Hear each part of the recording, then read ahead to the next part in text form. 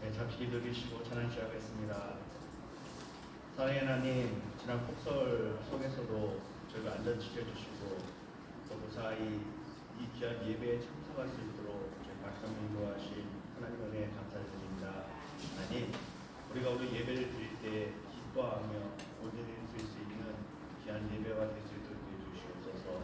특별히 대면절을 맞아 성령 낭독을 합니다. 하나님, 우리가 말씀으로 승리하게 하시고 이 기간 동안 우리에게 주시는 그 귀한 말씀 속에서 살아계신 하나님을 경외하며 또한 동행할 수 있는 그런 귀한 시간들이 될 수 있도록 인도하여 주시옵소서. 우리의 찬양을 기뻐 받아 주시며 주신 예수님의 이름으로 드렸습니다. 네. 찬양 112장입니다.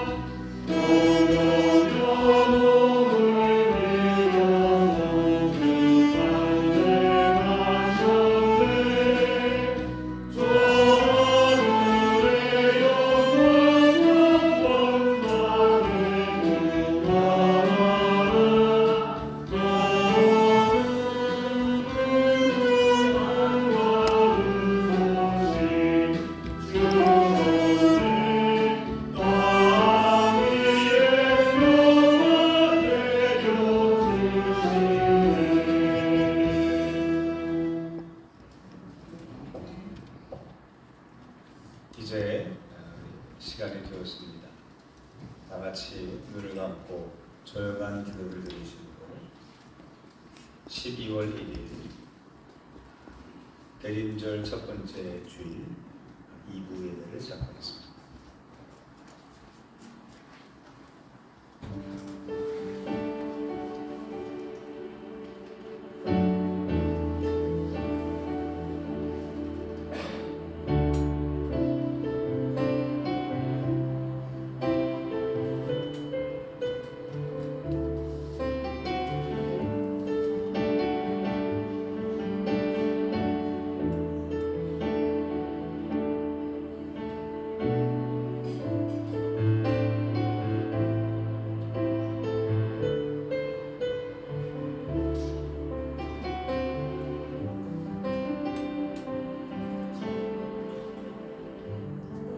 온 땅이여 여호와께 즐거운 찬송을 부를지어다.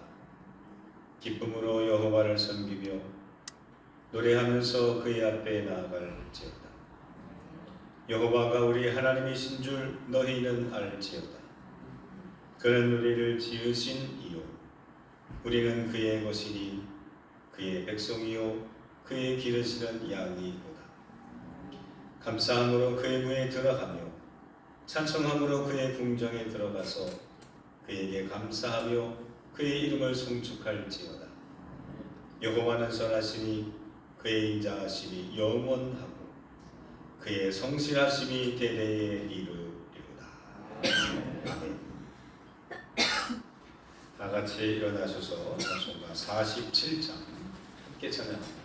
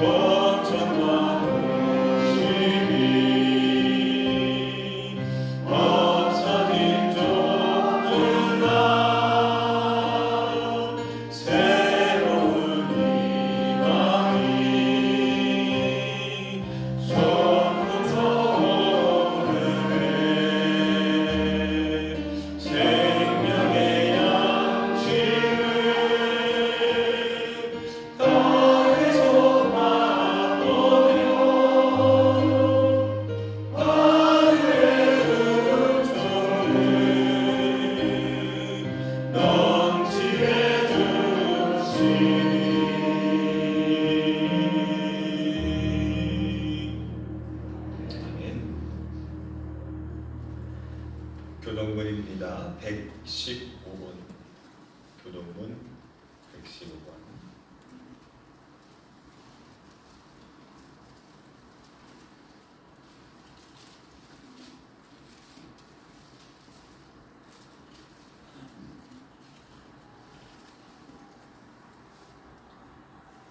교독하겠습니다. 성문으로 나아가라 나아가라 백성이 올 길을 닦으라.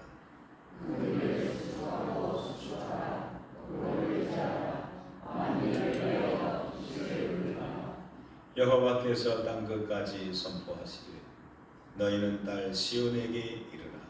보라, 내 구원이 이르렀느니라. 보라, 성들이 너희에게 있고 공이 그 앞에 있느니라 하셨느니라. 사람들이 너를 일컬어 거룩한 백성이라. 여호와께서 구속하신 자라 하겠고 또 너를 일컬어 천사 했네요. 거룩하지 아니한 성이라 하리라.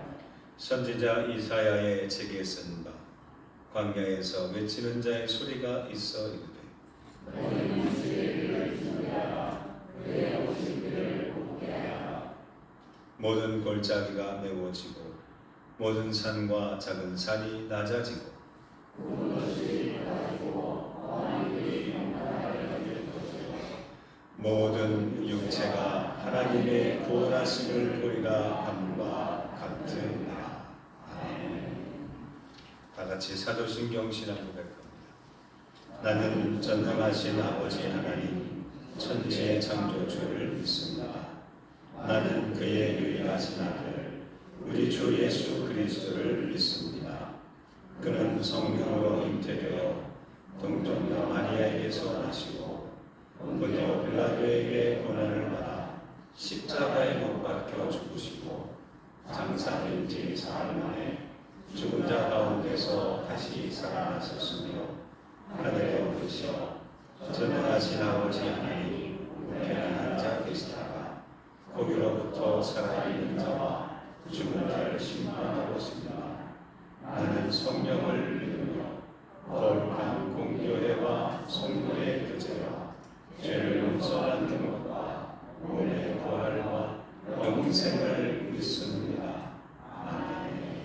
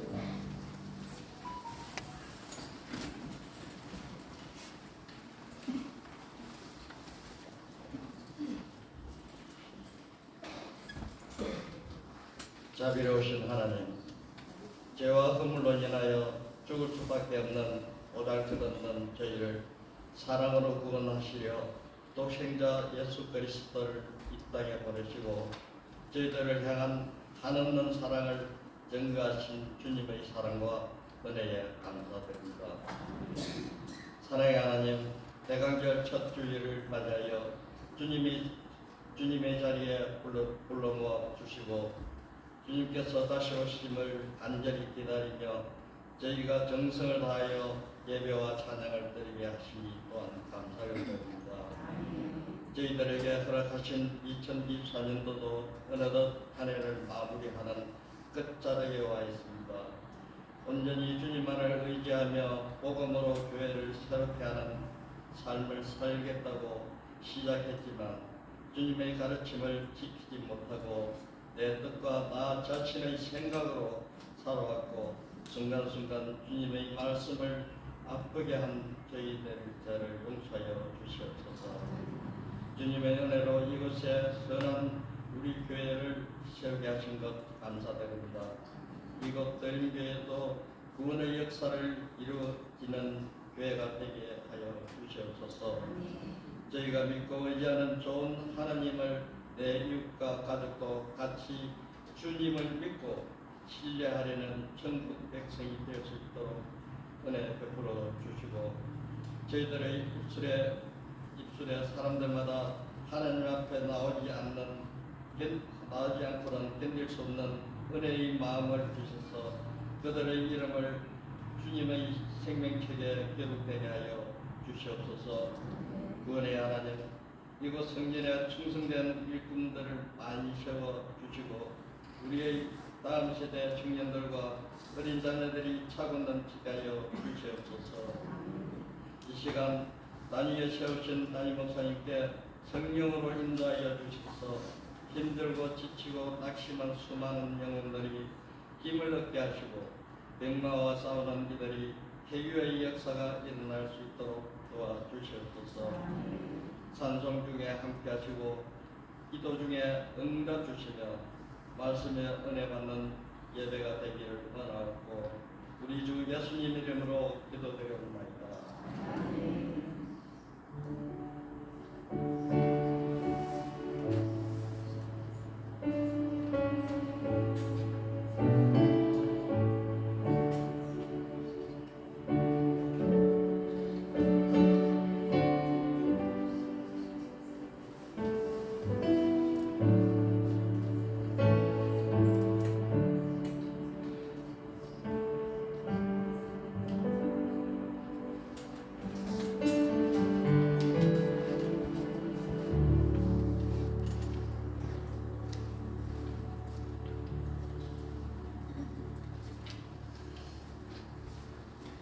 교회 소식 권고 말씀입니다. 주변을 참조하시기 바랍니다.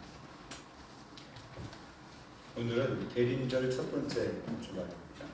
주님께서 이 땅에 오신 성탄절을 준비하는 넉주간을 대림절, 대강절이라고 합니다. 성탄절까지 기도와 말씀으로 묵상하시기 바라고 이 대림절 기간 동안에 21일 동안 아침 저녁으로 신약 낭독회를 했습니다. 많은 참여를 부탁드리고요.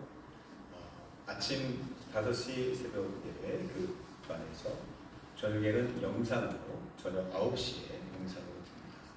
저 뒤에 가시면 이렇게 이런 표가 있습니다.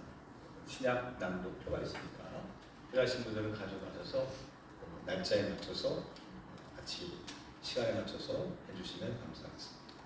주보에도 요 새벽 기도 안에 읽어야 될 분량들은 있으니까 참고하시면 되겠습니다.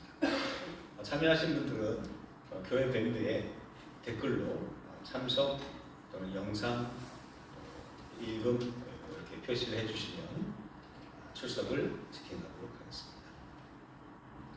오늘 오후 예배는 마리아 여성님의 헌신 예배, 성탄 과자 주머니 선물 지금 기증받고 있습니다. 앞에 보시는 대로 잘 채워져서 성탄절에 많은 은혜를 함께 나눌 수 있는 기회가 되시기를 바랍니다. 용인동지방 평신도 연합 간증 집회가 다음 주 오후에 2시에 두드림교회에서 있습니다. 이번 특별히 간증자가 정선희 집사입니다. 개그맨이면서 DJ도 하고 아나운서도 하고 여러 분야로 활동하는데 굉장히 인터넷 보시면 간증하고 이렇게 고백하는 내용들이 많이 있는데 굉장히 은혜스럽고 함께 오셔서 많은 은혜와 도전되시기를 바랍니다. 다음 주일날 헌금은 주일 헌금입니다. 11조나 다른 감사 빼고 순수하게 드리는 주일 예배 헌금은 우리 교회의 교우들 지원금으로 부재 헌금으로 사용하도록 하겠습니다. 많이 기도해 주시고 참여해 주시기를 부탁을 드리겠습니다. 세례자들은 세례 받으실 분들은 속자님들을 통해서 시청해 주시기 바랍니다. 다음 주 12월 15일 주일 2부 예배 후에 단회 및 구역회로 이번 본당에서 진행하도록 하겠습니다. 교우 소식 김광자 목사님 지난주에 태어나셨고요. 신천 직분자 교육이 14일날 있을 예정입니다. 기획위원회 오늘 오후 예배 후에 모이고요. 또 에스더 이 여성을 위해서 조수수 서리태 달란트 사업입니다. 중보기도 대형 주보를 참조하셔서 한 주간도 나라를 위해서 또 우리 당회 구역회를 위해서 그리고 중장기적 목회 수립과 부흥을 위해서 함께 기도해 주시기를 바랍니다. 찬송가 93장입니다. 찬송하시면서 예물 올리겠습니다.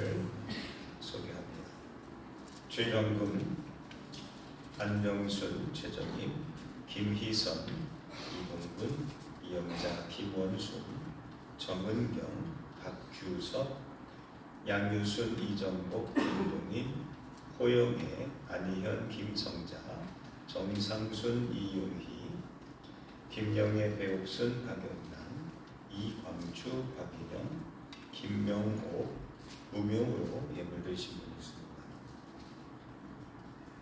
1000번째입니다. 심규환, 이호빈, 윤도훈, 박건호, 박지연, 박나온, 이영찬, 김정은, 김정태. 목적 예물 이용희, 이명한, 김광자. 속회 나오미, 건축 예물 김원순.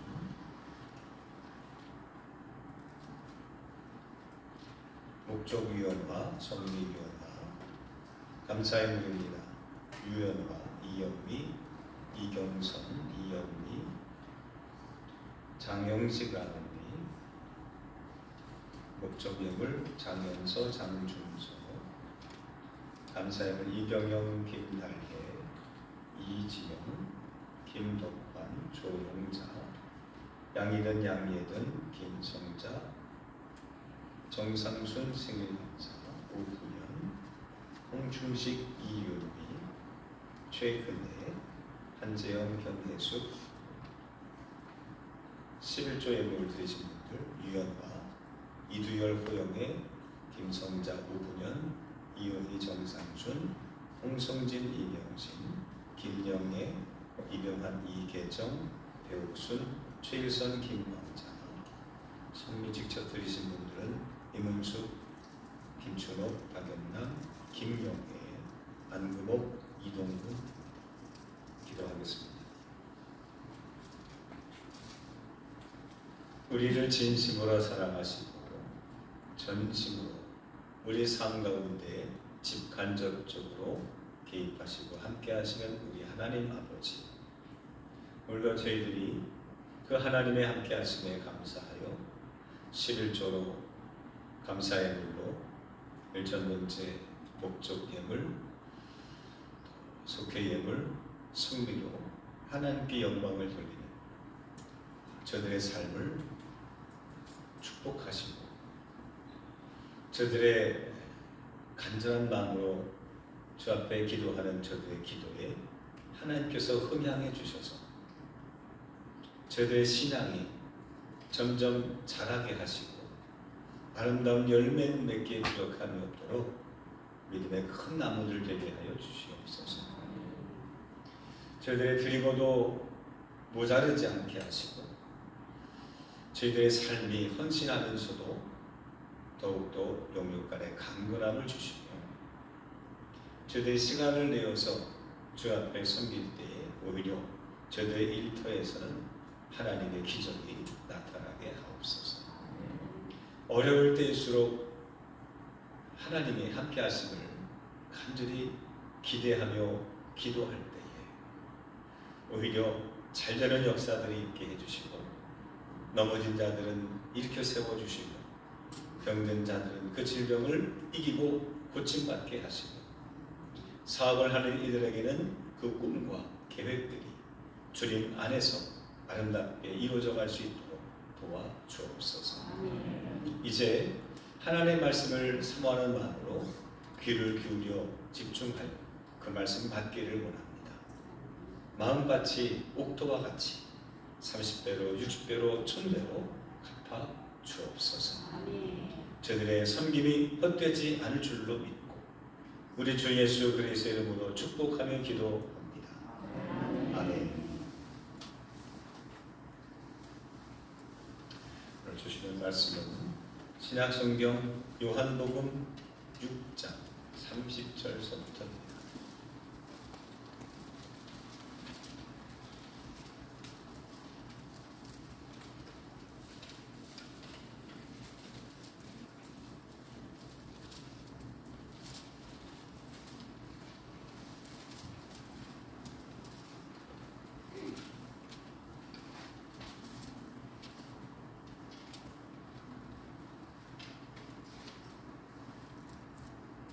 요한복음 6장 30절서부터 36절입니다. 제가 읽겠습니다. 그들이 묻되 그러면 우리가 보고 당신을 믿도록 행하시는 표적이 무엇이니까? 하시는 일이 무엇이니까? 기록된 바 하늘에서 그들에게 떡을 주어 먹게 하였다 함과 같이 우리 조상들은 광야에서 만나를 먹었나이다. 예수께서 이르시되 내가 진실로 진실로 너희에게 이르노니 모세가 너희에게 하늘로부터 떡을 준 것이 아니라 내 아버지께서 너희에게 하늘로부터 참떡을 주시나니 하나님의 떡은 하늘에서 내려 세상에 생명을 주는 것이니라. 그들이 이르되 주여 이 떡을 항상 우리에게 주소서. 예수께서 이르시되 나는 생명의 떡이니 내게 오는 자는 결코 줄이지 아니할 터이요 나를 믿는 자는 영원히 목마르지 아니하리라. 그러나 내가 너희에게 이르기를 너희는 나를 보고도 믿지 아니하는도다 하였느니라. 아멘. 이 시간에는 우리 드림 찬양단의 특주가 있겠습니다. 많은 은혜 주시기를 바랍니다.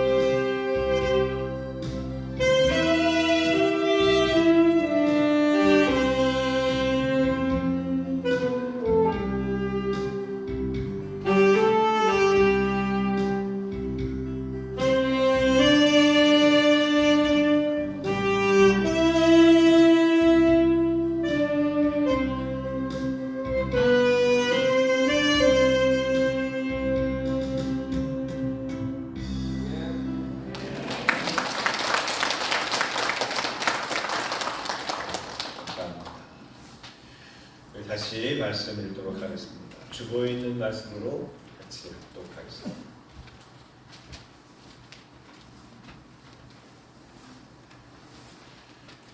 읽겠습니다. 시작. 다시 사람들이 물었습니다. 당신은 어떤 표적을 행하여 우리가 보고 당신을 믿게 하시겠습니까?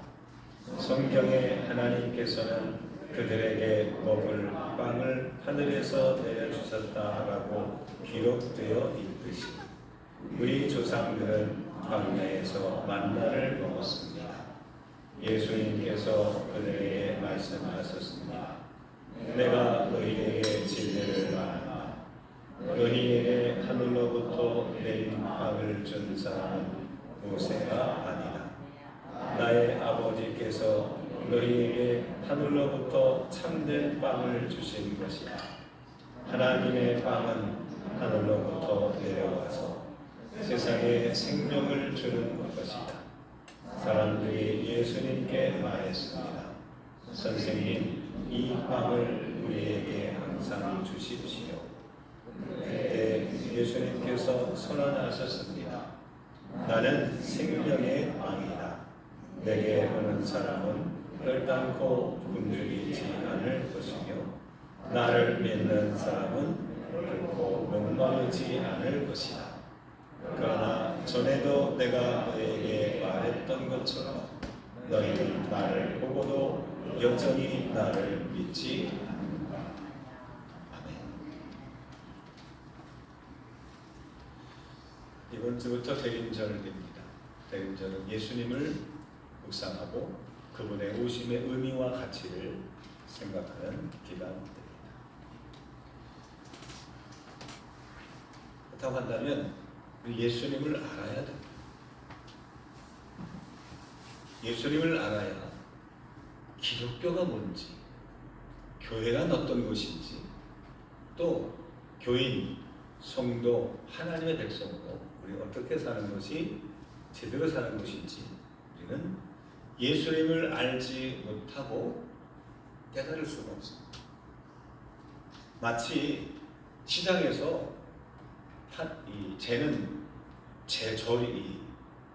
자나 저울이 없이 파는 것과 마찬가지입니다. 그거 다 제각기 다 달라요. 기준이 없어요. 그래서 우리가 기독교인으로서 우리가 어떻게 신앙생활을 해야 될지, 우리는 어떤 삶을 살아야 될지를 우리가 안다면 예수님이 어떤 분이신지, 예수님이 이 땅에 왜 오셨는지, 예수님과 나는 어떤 관계인지를 우리는 분명히 알아야 합니다. 기독교라는 말 자체가 그리스도교의 한자 표기말입니다. 마찬가지로 여러분 감리교회도 마찬가지예요. 우리가 감리교의 정신이 뭔지, 감리교가 장로교하고 뭐가 다른지, 그렇죠? 이런 걸 좀 알려면 누구를 알아야 되느냐? 누구를 알아야 되겠어요? 요한 웨슬리 목사님을 알아야 돼요. 이분을 빼놓고 감리교를 얘기할 수가 없어요.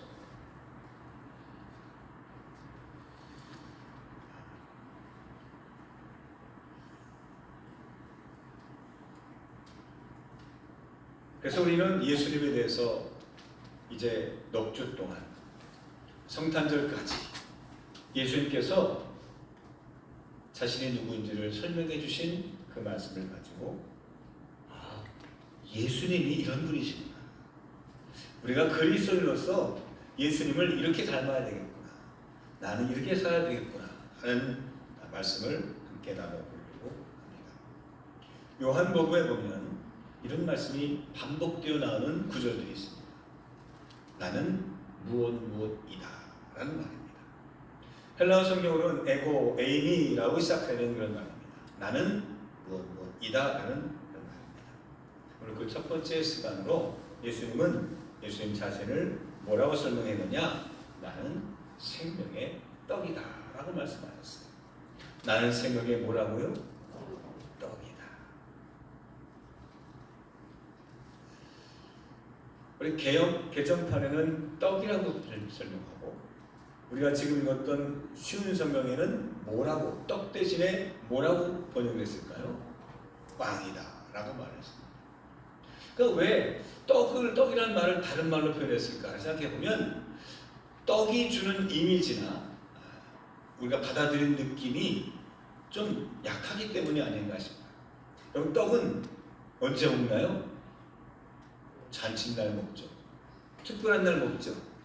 근데 사실 그런 의미가 아니었거든요. 그 말 대신에 빵이라고 얘기한 이유는 매일매일 먹어야 되는 필수적인 양식을 가리키는 말이 빵이에요. 그러면 이 의미로 본다면 이 빵이라고 번역하는 건 서양 사람들을 이해시키기 위한 표현이야. 그렇죠?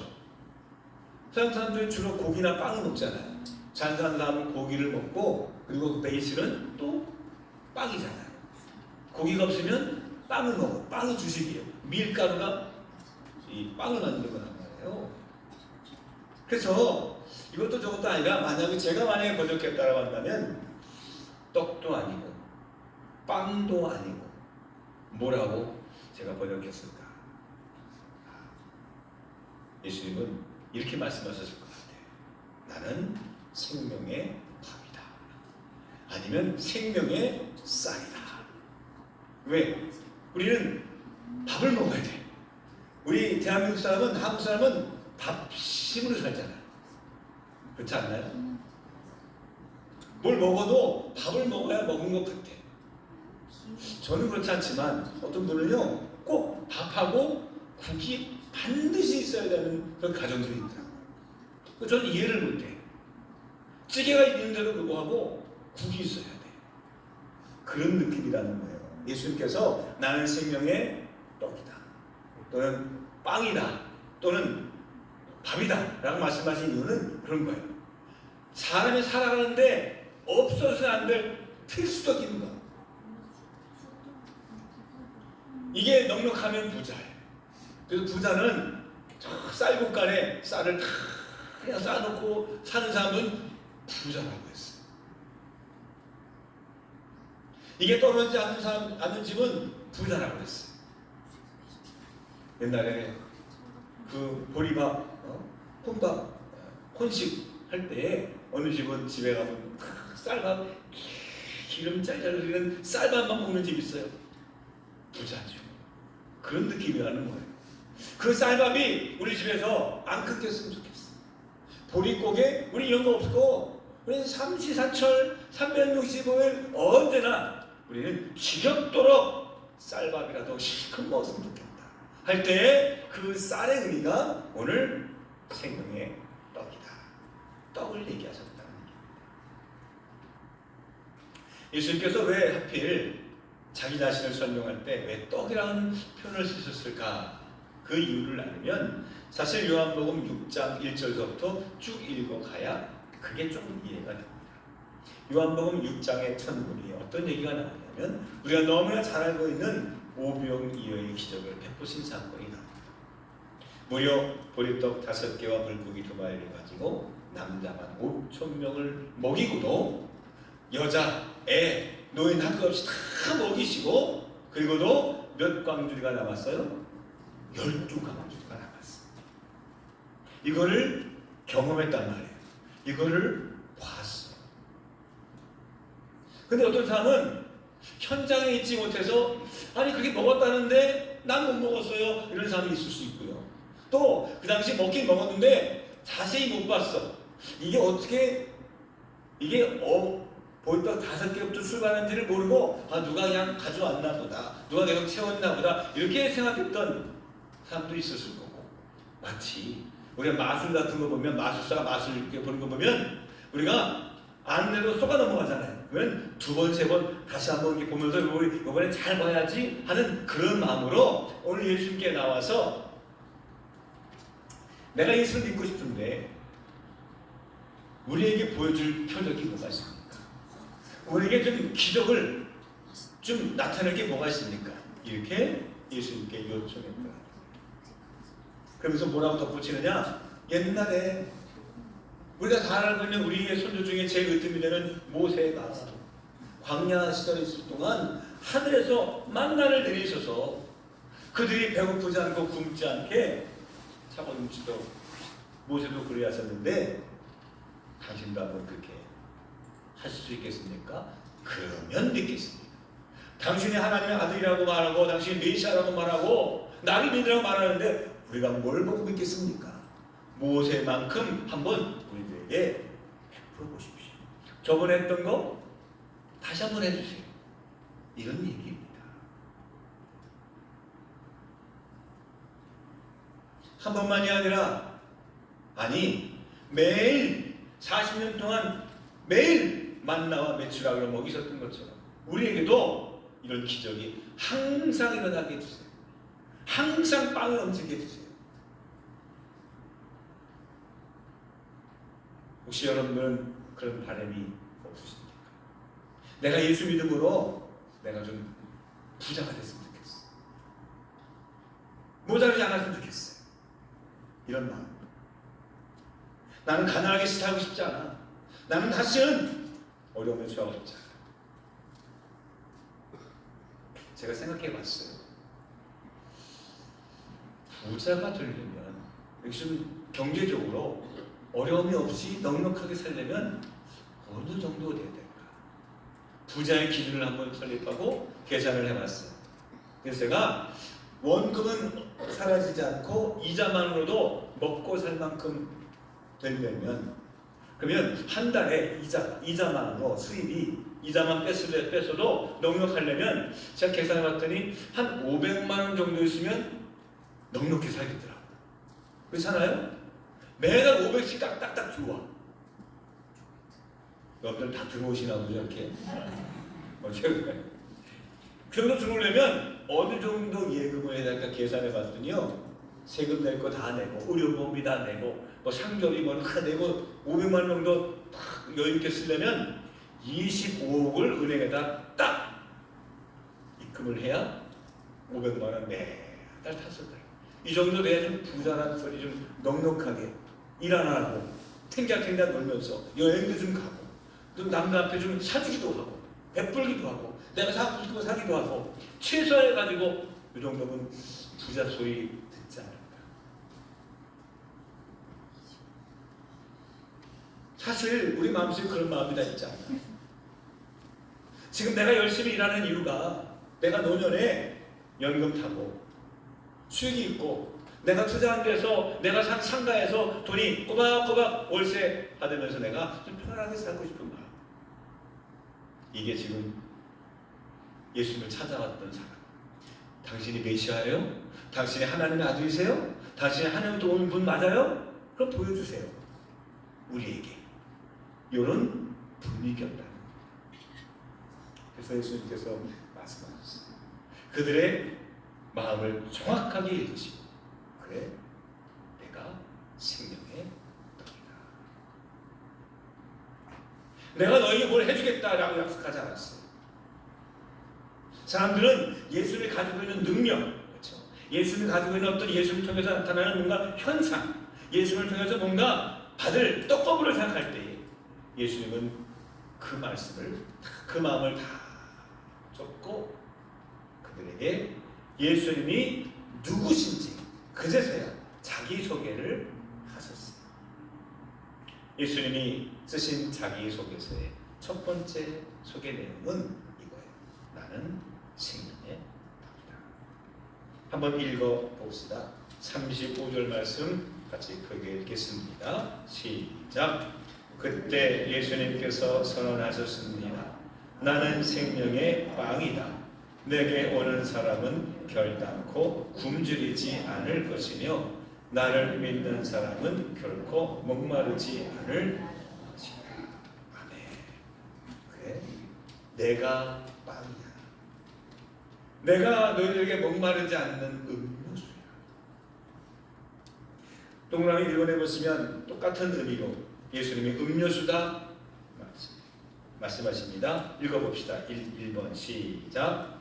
다 같은 신령한 음료를 마셨으니 이는 그들을 따르는 신령한 반석으로부터 마셨음에 그 반석은 곧 그리스도라. 반석에서부터 물이 나오는데 때 그 물이 그 반석이 곧 그리스도다. 그렇습니다. 예수님은 복의 근원에 대해서 말씀하셨어요. 내가 바로 복을 만들어내는 사람이 아니라 복 그 자체다. 그러므로 나를 먹어야 된다. 나를 먹어야 된다. 저는 여러분들이 예수님이 복 그 자체셨다고 말씀하신 것처럼 똑같이 우리가 그리스도인이잖아요.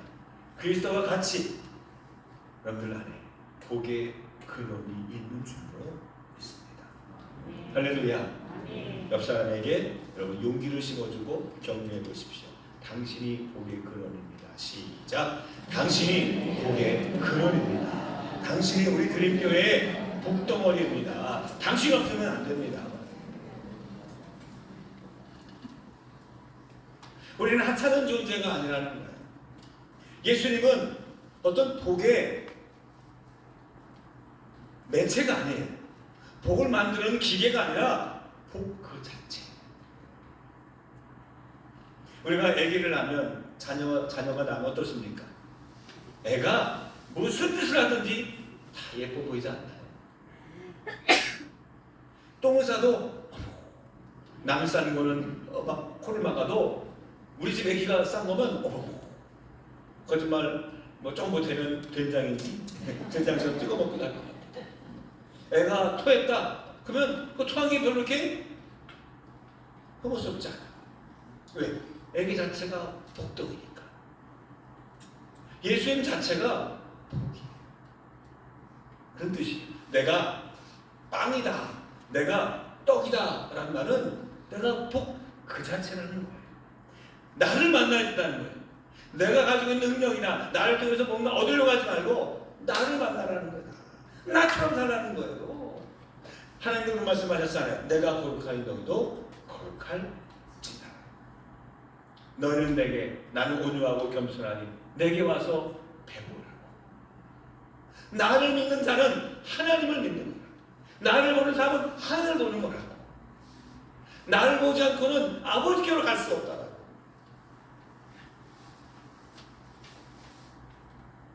그렇다고 한다면 그 많은 말씀 중에 왜 예수님은 자기 자신을 떡이라고, 빵이라고, 밥이라고 얘기하셨을까?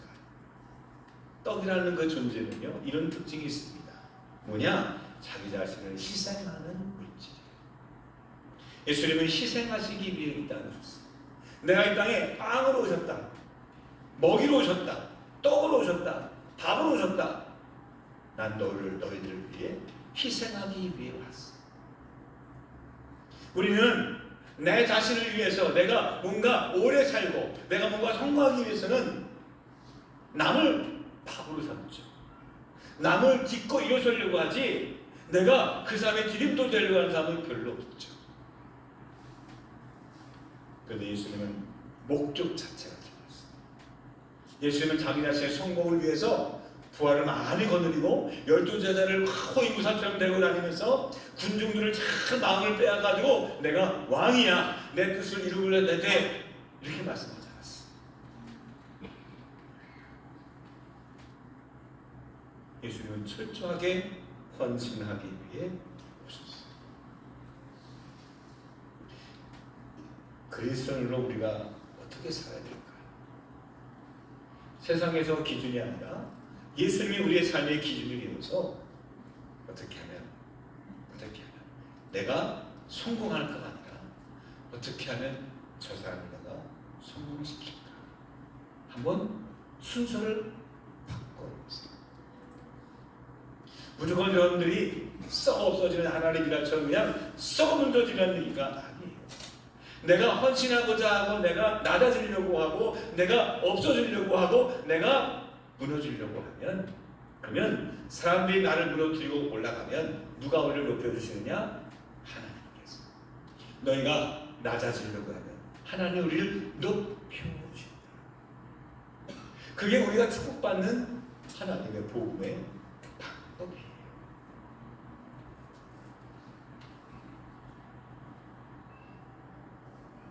사랑하는 성도 여러분, 우리를 위해 목숨을 아끼지 아니하시고 실제로 십자가에 달려 죽으시기까지 하신 예수님께서 하신 자기 선, 나는 떡이야.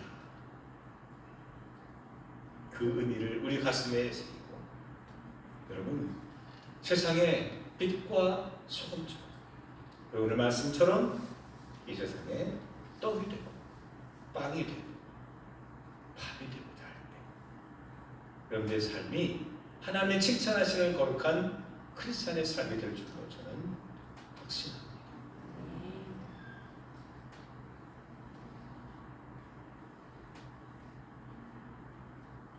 이 땅의 생물 중에 참 희한한 존재가 있습니다. 거미감 중에, 거미도 이렇게 여러 가지 종류가 있잖아요. 거기에 거미류 중에 이런 거미가 있대요.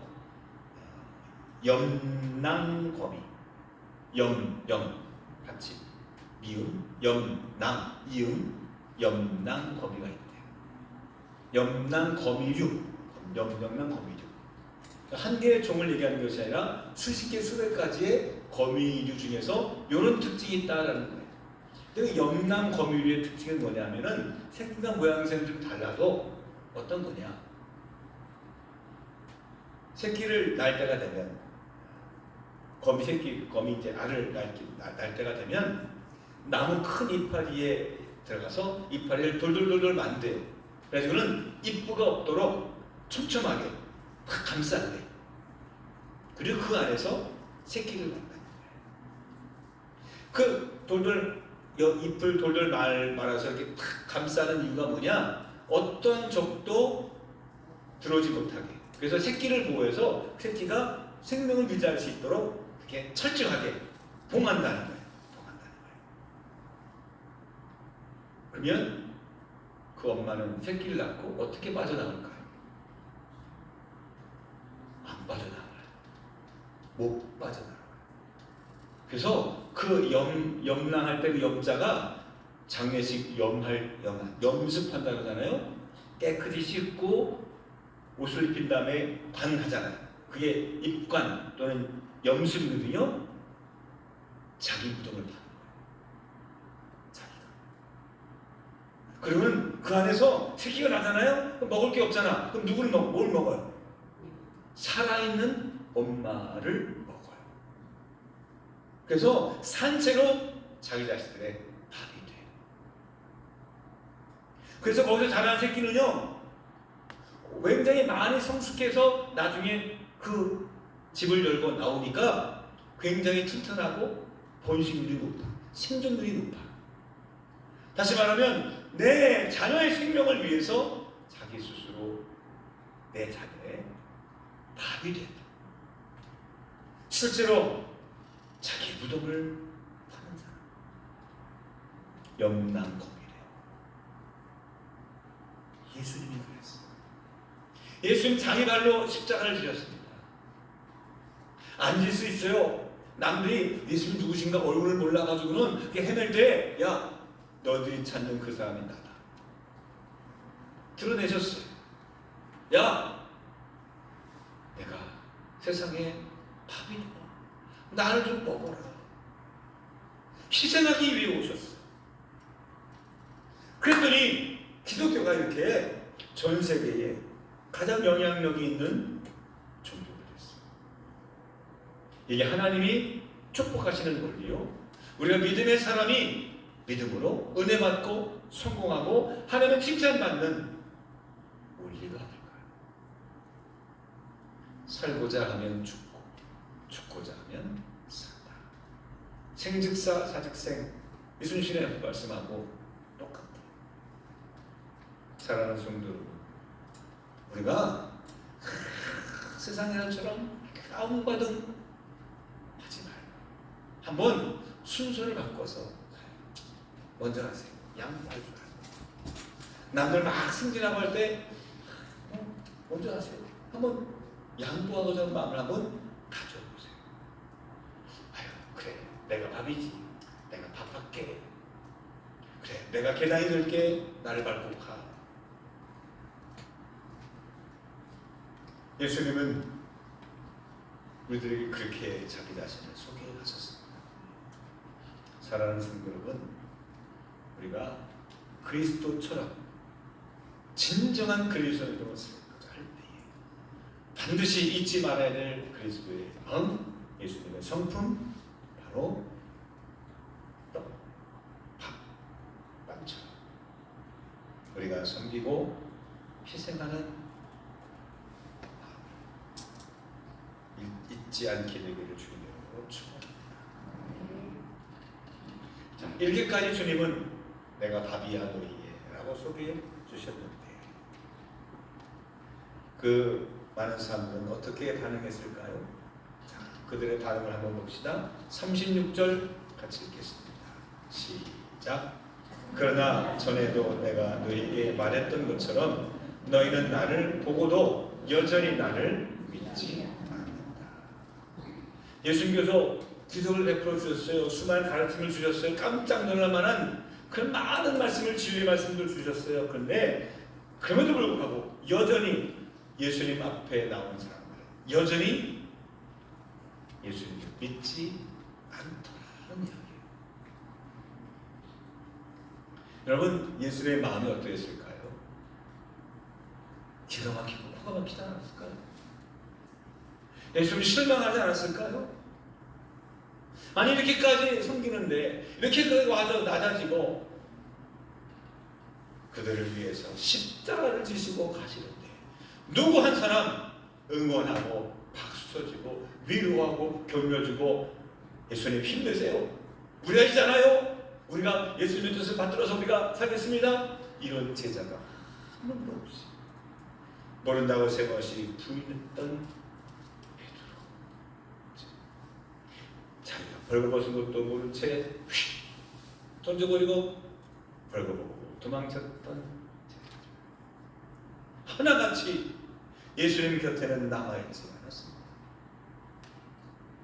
여기에 이렇게 오늘 지금 말씀하고 있는 이 사람들도 여전히 예수님 눈앞에서 봤어요. 예수님의 기적을 경험했어요. 예수님의 말씀을 다 들었어요. 예수님 설명을 다 깨달았어요. 그럼에도 불구하고 여전히 그들의 마음속에는 믿음이 없었어요. 확신이 없었어요. 얼마나 예수님께서 답답하셨을까?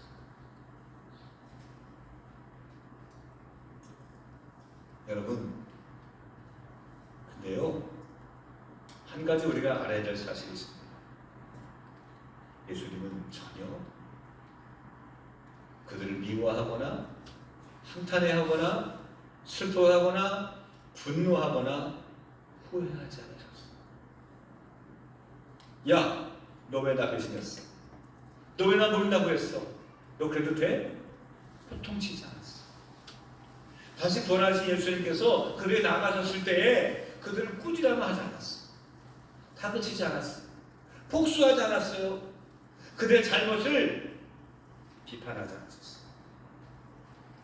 왜? 하나님의 종들을 보면 모세도 당시에 수많은 사람들이 불순종하고 반역하지 않았습니까? 모세의 그 누나와 형도 미디안과 아론도 반역하지 않았습니까? 엘리야도 얼마나 많이 예수님처럼 얼마나 많은 기적을 베풀었어요. 그 850명이 되는 이방 선지자들과 싸워서 이기지 않았습니까? 그러면 그렇게 이겼으면 저분이 정말 진짜 예언자구나, 진짜 선지자구나, 하나님의 사람이구나, 우리 막 몰려들었을 거 아니겠어요? 한 명도 그러지 않았어. 오히려 그것 때문에, 그 사건 이후 때문에 엘리야는 사람들이 반응하지 않고 도망치고, 아합과 이세벨은 저는 내가 오늘 네가 했던 것처럼 내가 오늘 똑같이 해주겠다, 복수하겠다고 군사를 동원해서 쫓아오면서 도망자 신자가 됐어요. 영적으로는 이겼는데 육적으로는 실패자가 됐어요. 기도할 때 은혜 받고 성령 충만한데 실제로는 거지가 됐어요. 얼마나 가슴이 답답했어요. 예수님은 모든 것을 다 주셨는데 한 사람도 주변에 있지 않아. 내가 믿었던 사람, 믿는 도끼에 발등 찍힌다는 말처럼 더 믿었던 사람에게 이렇게 배신을 당할 때 예수의 마음은 어땠을까? 예수님은요 알고 있었어요. 제가 나 배신할 거예요. 제가 나 못나고 세번이나 부인할 거예요. 제가 은 30에 날 팔 거예요. 쟤는 나 도망갈 거야. 다 알았어요. 알고도 왜 예수는 다 모든 것을 주셨을까요? 기다리신 거예요.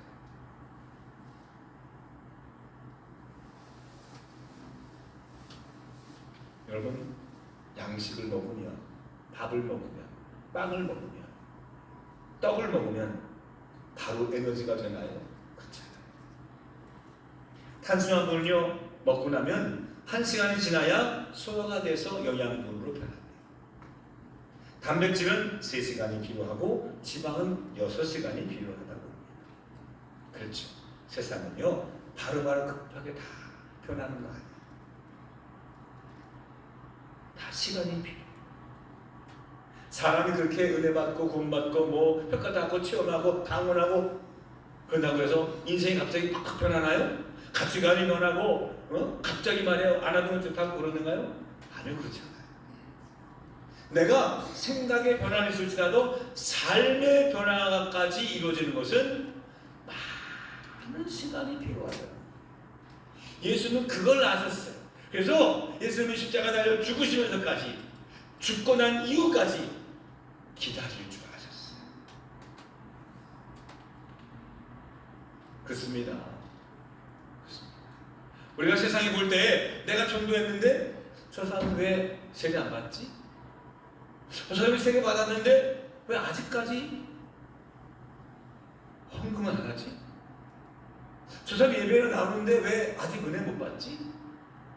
조급할 이유가 없어요. 왜? 시간이 필요해요.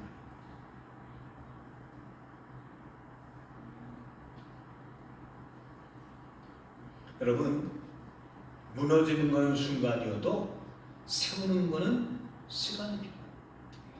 그렇죠? 우리 20년 전에 태안 앞바다에 유조선이 침몰해서 기름바다가 됐어요. 그렇죠? 한순간입니다. 한순간이에요. 그거 태안 회복되는데 몇 년 걸렸어요? 이병헌 목사님 고향이 거기잖아요. 그렇죠? 몇 년 걸렸어요? 맞아요. 이병헌 목사님 거짓말을 안 해요. 모든 걸 본다는 거예요. 얼마나 우리 교회도 가가지고 기름 걸려 가가지고 거기 공사하고 그랬잖아요. 저는 그때 정말 넋놓고 나왔어요. 몇 년 그렇게 해서 몇 년이 한참 지나니까 그제서야 안심하고 거기서 회도 먹고 정상화 되더라고요. 순간이지만 회복하는 건 세입니다. 여러분, 하나님이 일하시는 것을 보면 하나님은 우리를 무너뜨리기 오신 분이 아니에요. 세우기 오셨어요. 하나님 우리를 생명을 주시기 위해 오셨어요. 우리에게 영원한 생명을 주시기 위해 오셨어요. 그러면 하나님 주신 영원한 생명을 누리는데 그 회복돼 하는데 우리의 삶의 변화가 순간이겠습니까? 내가 믿었다고 해서 금방 내가 갑자기 내 집 온 집안이 다 갑자기 구원의 백성이 되고 그냥 즉각즉각 나타나게 됩니까? 아니에요. 이게 1대, 2대, 3대, 4대에 걸쳐서 시간이 필요합니다. 그래서 우리 눈에 아무것도 안 보이지만 아무것도 없는 것이 아니에요. 아무 변화가 없는 것 같지만 아무 일도 안 일어나는 것은 아닙니다. 제가 좋아하는 젊은 가수 중에 윤하라고 하는 친구가 있어요. 윤하. 이 사람이 제가 좋아하는 천문학하고 똑같아. 같이 관심이 있어요. 노래 제목에 천문학과 관련된 제목이 많아요. 그 중에 사건의 지평선이라는 제목이 있어요. 사건의 지평선. 이게 무슨 용어냐면은 블랙홀 얘기. 블랙홀. 어느 순간까지 가게 되면 그때부터는 시간도 안 흐르고요. 그 안에 뭐 어떤 일이 벌어지는지 모르는 그 사건의 지평선 말이 저 멀리 안 보인다는 얘기잖아요. 사건이 안 보인다는 거예요. 무슨 일이 일어나는지 모른다는 거예요. 그게 지평선이라는 경전이에요.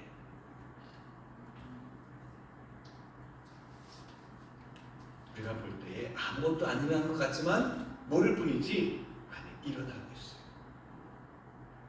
하나님이 하시는 일에는 우리는 뒤로 더딜지라도 안 되는 것 같아. 하나님 실패하신 것 같아. 하나님 잘못하신 것 같아. 하나님 선택 잘못하신 것 같아. 저 같은 사람 쟤는 안 변해. 내가 알아. 인간 안 변해. 아니요. 내가 기도한 것 결코 헛되지 않아. 내가 죽고 없더라도 하나님 반드시 여러분들 기도가 헛되지 않도록 역사하고 계시는 줄로 저는 믿습니다. 눈에 보이는 것만 이루어진 게 아니에요. 눈에 보이지 않고 지금 이루어져 가고. 그래서 어떤 목사님 이런 책을 썼대요. 제목이 이제 너무나 마음에 들어요. 우리 교회 내년에 표를 딱 쓸까 하다가 이거 너무 해서 다르게 썼지만 그 책의 기도 제목이 이런 제목이었어요. 기도는 사라지지 않는다. 내가 기도하는 것은 사라지지 않는다. 반드시 쌓이는 거예요. 퇴적증처럼 쌓이고 그게 화석이 되고 석유가 되고 광물이 되고 귀한 보석이 되는 것처럼 수만 년 걸쳐서 쌓이면 그게 어떤 과학도 만들 수 없는 기가 막힌 보배가 되는 것처럼 여러분의 기도가 헛되지 않을 줄로 믿습니다. 기다릴 수 있어야 돼요. 그래서 기로 시작하는 세 가지 표가 있는데 한번 따라해 봅시다. 기대하며 기다리면서 기도합시다. 다시 한번 기대하면서 기다리면서 기도합시다. 할렐루야. 여러분 기대 꿈을 가지세요. 하나님이 하실 거예요. 기다리는 거예요. 인내죠. 그래서 주님께 기다리는 마음으로 기도할 때 반드시 이루어지는 역사가 있을 줄로 믿습니다. 그리스도인은 기도하는 사람입니다. 기도하는 모습 자체를 이해하는 게 아니에요. 행위 자체를 이해하는 게 아니에요. 기대하면서 끝까지 포기하지 기다리면서 기도하는 사람. 예수님의 그 기도가 저와 여러분들의 기도가 되시기를 축원합니다. 기도하겠습니다. 살아계신 하나님 아버지 감사합니다. 오늘도 저희들이 말씀을 주셔서 생명의 떡으로 예수님 이 땅에 예수님처럼 저희들이 그리스도인으로 살기를 원합니다. 세상에 대해서 우리가 헌신하는 자세를 잊지 않게 하시고 그리고 우리가 기도하는 그 영혼들이 지금 변하고 있고 회복되고 있고 주님께로 나아오고 있음을 우리가 잊지 않고 끝까지 기도할 수 있도록 인도해 주옵소서. 예수님 이름으로 기도합니다. 아멘. 다 같이 일어나시면서 우리 옆에 있는 분들을 함께 인사하십니다. 당신은 우리 교회 희망입니다. 당신이 우리 교회 복동입니다. 당신은 우리 교회에 없어서는 안 될 정말 필요한 분입니다. 우리 함께 인사하겠습니다. 잘 오셨습니다. 환영합니다. 사랑합니다.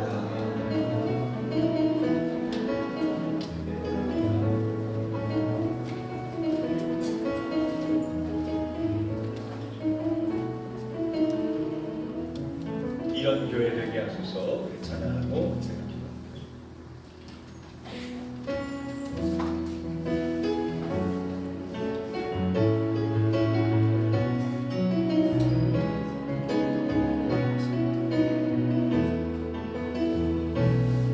진정한 예배가 숨쉬는 교회 주님이 주인 되시는 교회 믿음의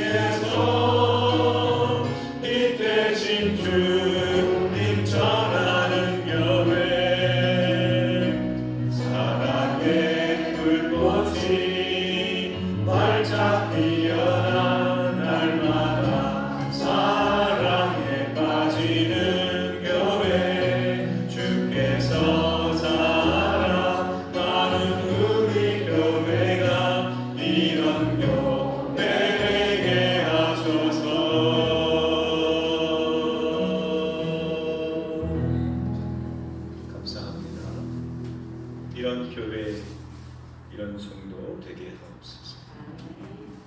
주님 주시는 말씀처럼 세상의 빛과 소금과 그리고 생명의 떡처럼 한 주간 저희들이 그 마음을 갖고 살아갈 수 있도록 도와주시옵소서. 결코 하나님께서 실패하지 않고 낮아지지 않고 손해보지 않게 하실 줄 믿습니다.